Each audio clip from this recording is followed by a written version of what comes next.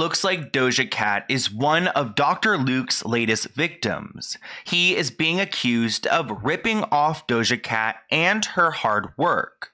Supposedly, he's taking all of the credit for her music when in actuality, she did all the work. She signed her contract with him at the age of 17, and ever since then, she's been taken advantage of. Is her contract probably sucks just as much as Kesha's. Like, the publishing rights and the masters belong to Kimo Sabe. She's Now fans are starting to piece things together and they want to help Doja Cat. So let's get into it. So there are two key players that we're talking about in today's story. First off, we've got Doja Cat, who is a 26-year-old American rapper, singer, and songwriter. She was born and raised in Los Angeles, and she began making and releasing music on SoundCloud as a teenager. Emphasis on making and creating and releasing because she did it all on her own. And then we have Dr. Luke, who you may have heard of before. He is a 48-year-old American record producer, songwriter, and singer himself. But it looks like he's good at allegedly taking advantage of pop stars. You guys may have heard his name before because he has been in a long legal battle with Kesha. I have a few videos about that situation, so definitely go and check those out. But today we're focusing on Doja Cat. And before we get into everything, I don't want to act ignorant to her past because I recognize she's been problematic before. But today we are focusing on her relationship with Dr. Luke. If you want a video on her problematic past, comment below, but let's get into this history they have because it's pretty messy. And honestly, it looks like Doja recognizes that Dr. Luke is problematic. At one point, she was promoting her song Say So. Someone replied no because of Dr. Luke, and she said, okay, I'm sorry. So there's a hint right there. We've also seen leaked screenshots from, I guess, group chats where she talks about her contract with Dr. Luke in a cryptic way. She wrote, I died before I got out of my contract with Dr. Luke, which I guess she's trying to insinuate that she would have to die before she's ever out of Dr. Luke's control. And she's even liked tweets where they are talking crap about Dr. Luke and what he's done to Kesha. As you guys know, Doja Cat is an amazing performer and a great singer, but right now she's under the control of Dr. Luke and she doesn't want to be. Today we're going to be pulling receipts from this Twitter page. Definitely go and check them out, linked in the description. They've done a ton of research for Doja Cat, and we'll also be pulling information from other places as well, but they've got it spot on. So let's take a step back and talk about who Doja Cat is, because she's always been musically gifted. Back in the 11th grade, she was using GarageBand and she was creating beats and pretty much her own music. At that point, she wasn't rapping or singing, but she started to because she realized that she could make money doing that. There's actually video evidence of Doja Cat creating very intricate beats on her computer while she's live to fans on Instagram, and it looks like she's got the skills to create the songs that she's put out.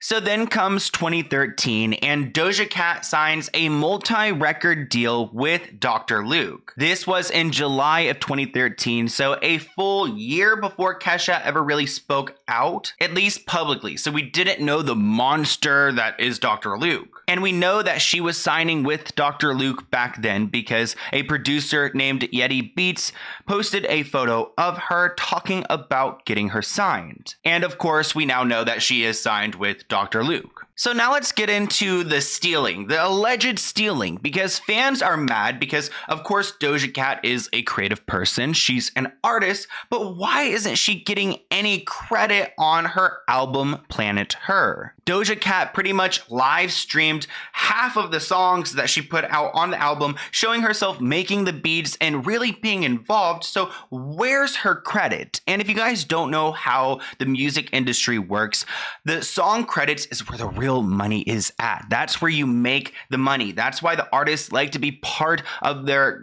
music creation process, because they'll get more money that way. And when you put out an album, a bunch of the singles, go out and they can be played on the radio, and that's how singles get out there. And if you look at Dr. Luke's credits, you'll see that he's credited with the singles, songs that Doja Cat created, but he's now making bank on. And then fans get even more confused when they log onto Instagram and they see that Doja Cat's sound engineer, Ryan Lewis, posts on Instagram in celebration of the album, and in that post, they reveal that Doja actually produced all of her vocals on the album. If you guys take a moment and pause to read this caption, you'll see that they are claiming that Doja Cat's the real deal. She's meticulous about her writing. She doesn't do punches. She doesn't just say a few lines and then they put it together. She does a full take of her rapping or singing. They also put in caps that she produces all of her own vocals, which would be something that Dr. Luke would be doing. If you guys are a Doja fan, you definitely know the song Kiss Me More. It has been a banger. I'm giving you hundreds. Well, there's this news source. I wouldn't call them a news source, but there's this media outlet called Genius, and they created a video making of for the song Kiss Me More. In this video, they pretty much document the entire creation process of this song. There are two producers who are featured in the interview, and there is no mention of Dr. Luke, which is bizarre because he has credit on the song, yet the entire creation of the song has been documented and he's nowhere to be found. So in my opinion, it looks like Dr. Luke is allegedly like this umbrella figure where he makes a bunch of people work for him and then he pulls in all the money, and he really has no creative skill that he's putting in. A producer, Arcase, actually uploaded one of Doja's tracks to their YouTube channel. It's titled Big Ol' Booty, but less than 12 hours after it was uploaded, it was off the internet. The producer actually left a comment which suggests that Dr. Luke somehow obtained control over the song's distribution,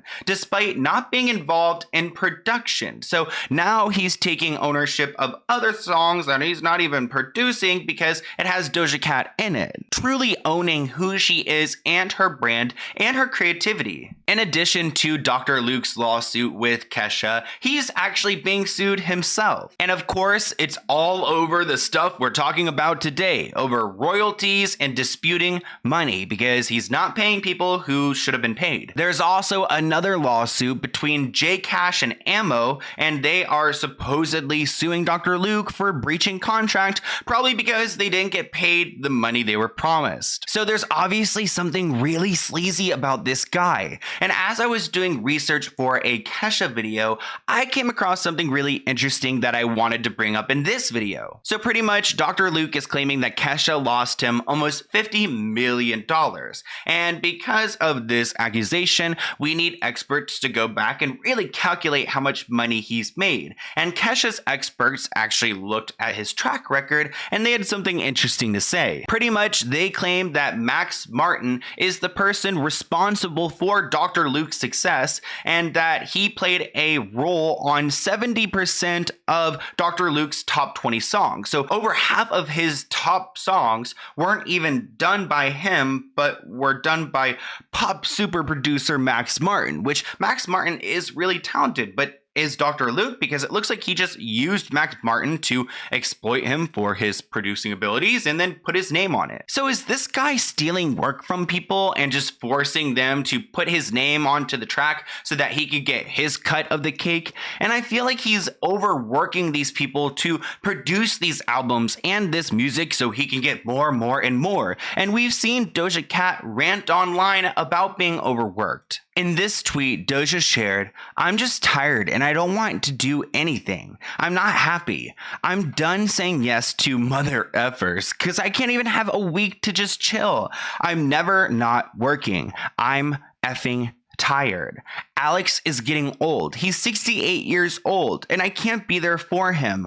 I want to be alone." She continued, "It's not anybody else's fault but mine. Anyway, I just keep agreeing to crap I don't want to do in the future. It's my own dumb but fault. I'm not trying to cuss.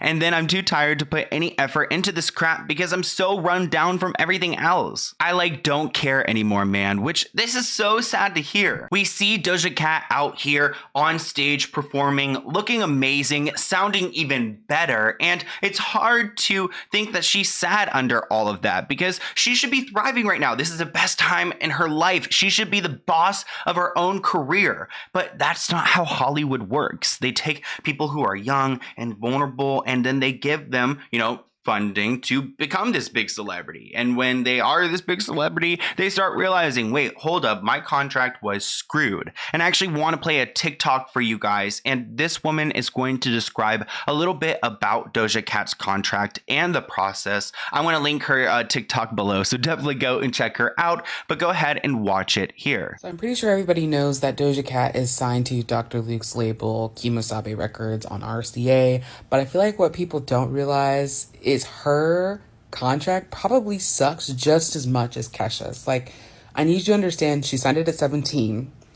The publishing rights and the masters belong to Kemosabe. That's royalties and masters are where you get long-term music from. So literally at this point, she will have to make probably at least 6 albums because that's a typical contract for Kemosabe and RCA. And then after that, she will have to buy back either her masters or her publishing rights if she wants to continue making money on it after she moves on for her first 6 albums. I hope girl has a good lawyer. So there's definitely something up here. And honestly, I don't know if there's anything we can really do because a contract's a contract. Doja did tweet out, "I see y'all fighting for me. Thank you." So she does recognize that we all know that there's something wrong here, but I feel like there should be protections for minors who get into contracts like this. Obviously, she doesn't know what she was getting into or really who Dr. Luke was. Doja Cat isn't the first person to be screwed over by Dr. Luke, and she won't be the last because we've got people like Kelly Clarkson who has called Dr. Luke a straight up liar and has accused him of taking credits for her music that he had no part of. You guys can pause and read if you'd like, but these producers, these elites, these music executives are so manipulative, telling Kelly Clarkson that she's a crappy writer and that she should shut up and listen to the producers. Even though she wrote on Miss Independent, she wrote on Hazel Eyes, she wrote the song Because of You, which is such a hit, but then Dr. Luke acted like he had written Eyes and that he's actually taking the credits for all of these songs. Kelly said that it's so hurtful whenever you try so hard and you've been accomplished and somebody just lies about their part in the song. She's like, okay, well, I can literally pull out these lyrics on a notebook piece of paper and show you that I wrote this song, but Dr. Luke is going to have control and credit for it. And when they have credit, that means every time it's played, he gets paid. Every time someone uses it or sings it or, reperforms it or remakes it or anything, Dr. Luke will get paid because he's claiming he wrote a song about a relationship that Kelly Clarkson went in and wrote about. There is so much out there about Dr. Luke, but I do want to bring up BB Rexa because she's one celebrity who has successfully avoided him. At one point, BB Rexa was scared she was going to get R-worded in a terrifying situation at Dr. Luke's home. Let's go ahead and read her story together. When I first got to LA, so when BB Rexa got there, I worked with a very big producer. He put me in a room with a lot of other songwriters and engineers who all seemed high. One writer walked in and said, "Listen, you have no hits, but I have loads. So I'm going to go downstairs and party with my friends. And you're going to write a song, record the vocals, and edit it. That will be our song we wrote together," which doesn't sound like you wrote it together. Then supposedly she had a dinner or a lunch with Kesha's mother. She shared, "I remember being at dinner with Kesha and her mother. Her mom came up to me and whispered, 'Don't do it.' She was talking about working with Dr. Luke. The music industry can be a dark place, and she could have been trying to stop me from getting in her daughter's way. But I listened, and honestly, trusting her was the best thing I ever did." Oh my gosh, that gave me goosebumps because I can totally see LA is that type of place.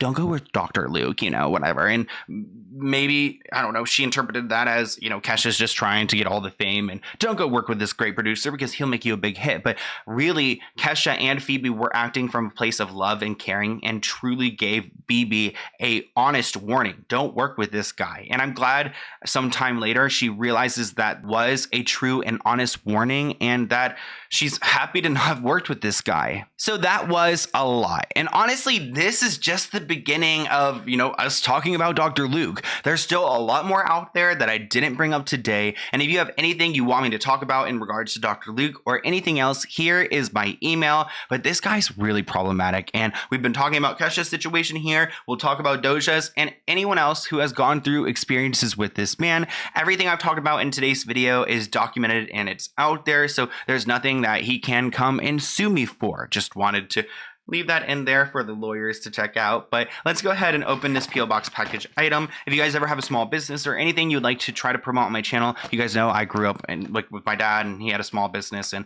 that's how I grew up and survived and had dinner on the table when I was a kid. So I love to support small businesses, and some people like it, some people don't. So I just wanted to give you guys that shout out. This is from Iconic Lashes. Whoa, hold up. What if I got some lashes up in here? Okay, obviously I don't wear anything like on my lashes, but oh my gosh, my mom, my sister, everyone's, did I just get a bunch of bougie lashes? What the hell? Look at these lashes. They are so, wow. Oh my gosh, what if I tried one?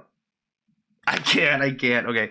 Okay. Wow. So we've got, it looks like, wow, this is really cool. So this is a legit brand, Iconic Lashes. Let's see if there's a note. Hi, Sloan. I've been watching your channel and we love it. We sent you a couple of samples of our lashes and would greatly appreciate if you can give us a shout out. Of course, you can do anything with the lashes. You can give it to your subscribers if you think we won't use it. Okay, cool. We are a magnetic lash company. Wow. Okay. Our lashes are created from high quality synthetic fake minx hair. So it's not like real animal, which is great. We don't support real animal use.